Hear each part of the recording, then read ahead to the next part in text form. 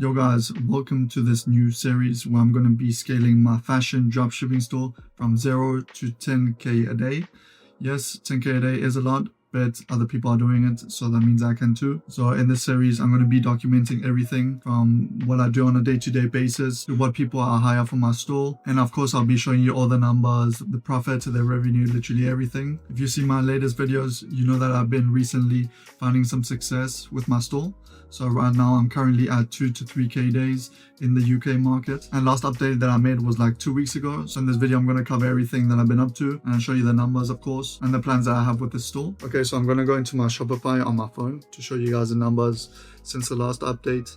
Now, the last update was basically on the 22nd of July, and it is now the 6th of August. And this is what it's currently looking at. So as you can see, it's £27,000, which is around 30,000 euros. And this is in about 2.5-3 weeks, which is not too bad. As you can see here, averaging around 2-3k days. The record day was on the 3rd of August, which was 3.4k pounds, which is about 3.7 thousand euros. So almost 4k in one day. And so basically 2 to 3k euros average a day.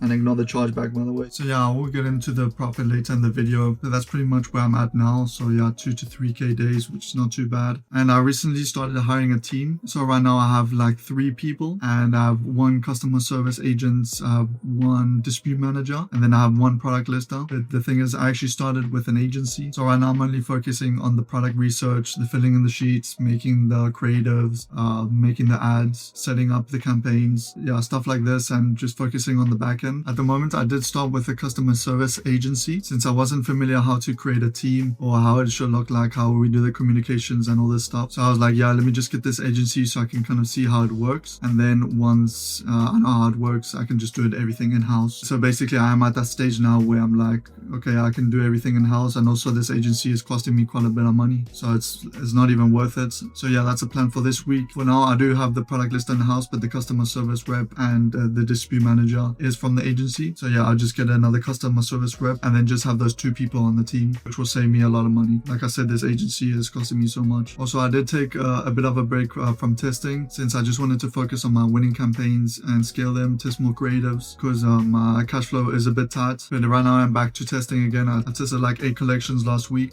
which was good. And then this week I'll pretty much do the same. So let's see. So I'm going to get into my profit sheet. I'm going to show you guys the profit for these past 2 weeks. And as you can see, July I did ended with 44,000 euros and 7.2k in profit. So look guys, not too bad. Like definitely improvements. I used to be down fucking 1 to 2k every month. So now seeing profits is very nice to see. But as you can see, just averaging 2 to 3k days for these past few weeks, and profit margin was 16%. That's definitely the focus now, to get those profit margins higher, because 16% is definitely not enough, especially with refunds after. I'm gonna bring it down even lower, so it's not good, but it's not terrible either. So I'm going to get those profit margins higher. And then as you can see, I also have a 10% rolling reserve, which means 10% of my revenue is actually being held by Shopify, which will only be released like in 90 days at the end of the September, which is fucking long. But if I make 16% profit, I only get to keep 6% because 10% of that is being held. So you can see there, like, it will definitely affect the cash flow.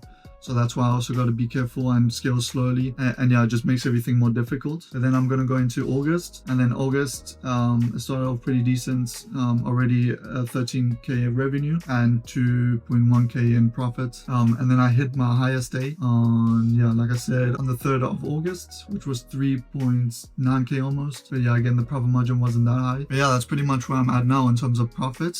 I definitely need to fix those profit margins, because it's not that good, especially with the rolling reserve. But I did want to mention, actually Stefano is helping me scale this store since he's scaled many stores in the past, so he knows what he's doing. So I'm glad he's helping me with the store. So I wanted to plug his Discord, because honestly, if you want to learn dropshipping, it's the best way to learn, because he's literally only charging like 50 a month to enter his community, and you'll basically learn everything on how to get your store up and running. And like I said, 50 a month is fucking nothing. And also they do Q&As every week, which is nice. So if you're on a tight budget and you you can't afford a mentor, then definitely join. I'm sure it's going to help you because it even helped me. So yeah, I'll leave a link in the description to his Discord so you can check it out and join, because I'm sure it'll be worth your money. So yeah, that was pretty much it for this video. I'm planning on posting once a week to update you guys on this store, because yeah, I'm pretty sure we can get this store to 10k days hopefully pretty soon. Just need to fix these things. I need to make those profit margins higher. Yeah, focus on the back end to make sure I can scale smoothly. Yeah, like I said, I'm going to move everything in-house and see how it goes from there. But yeah, I just wanted to make this video to update you guys. Then in the next videos, I'll go more in depth to what I do on a day-to-day basis, and yeah, I'll show you more things in depth. So yeah, if you enjoyed this video, drop a thumbs up, and yeah, subscribe to follow my journey, and I'm sure you will learn a few things by watching these videos, and you'll see how it's like to run a fashion dropshipping store as a beginner pretty much. So yeah, thank you guys for watching this video, and I'll see you in the next one.